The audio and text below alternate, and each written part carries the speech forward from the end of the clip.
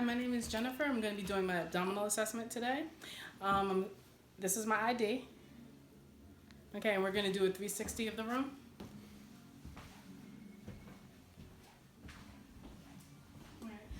All right. I'm a nurse practitioner student with Maryville University, and we'll be doing your abdominal assessment today. The first thing I'm going to do with my abdominal assessment is inspect the abdomen for symmetry. I'm going to inspect to make sure that there's no venous pulsations or anything like that, or any visible masses or anything, as well as the color of the abdomen.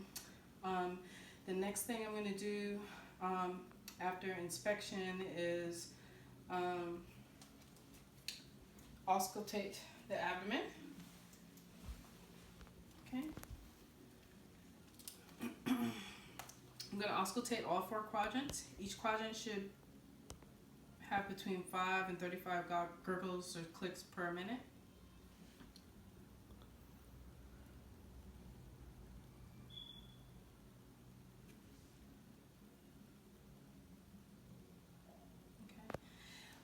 The next thing I'm going to do is part of my inspection too, which I forgot, was I'm going to have the patient lift their head up a little bit. If you can lift your head up off the bed some, and I'm going to just check to make sure that there's no separation of the abdominal muscles. Also checking if there's any hernias or anything like that present, and I don't see that. You can put your head back down.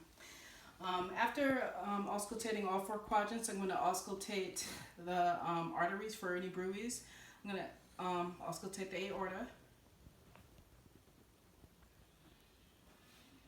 And then the renal arteries, the iliac arteries, and then the femoral arteries.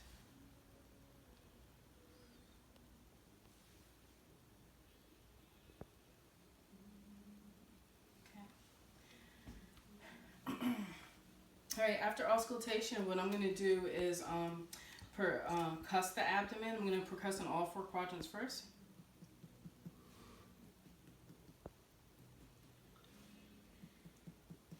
Okay, then I'm going to go over here and I'm going to percuss for splenic dullness. Okay, and it should be a dull sound. That would be indicative that the spleen is there. I'm also going to auscultate for the gastric air bubble.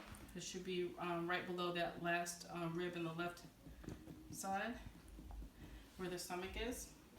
All right, the next thing I'm going to do is auscultate, percuss for the liver size. So I'm going to start up here.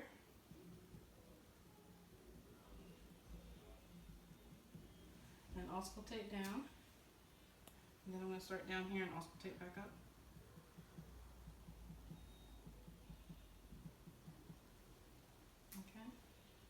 All right, and the liver span should be between 6 and 12 centimeters. So I'm just going to measure that. All right, and that's about 3 centimeters there. All right.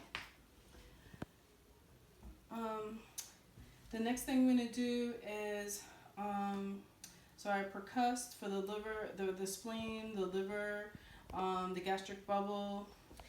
The next thing I'm going to do is do light palpation, and when I'm doing light palpation, I'm just checking for any masses. I'm also going to assess to see if there's any tenderness that I should know about before I do deep palpation, and I don't notice any tenderness or anything like that. So next I'm going to do deep palpation. Okay, a little pressure. Okay, again with deep palpation, I'm checking for any masses or any tenderness that the patient may be having. Okay.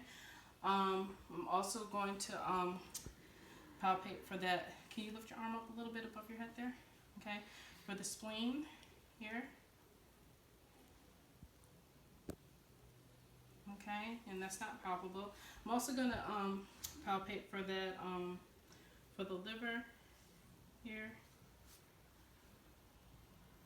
and then the gallbladder just below the liver. Okay.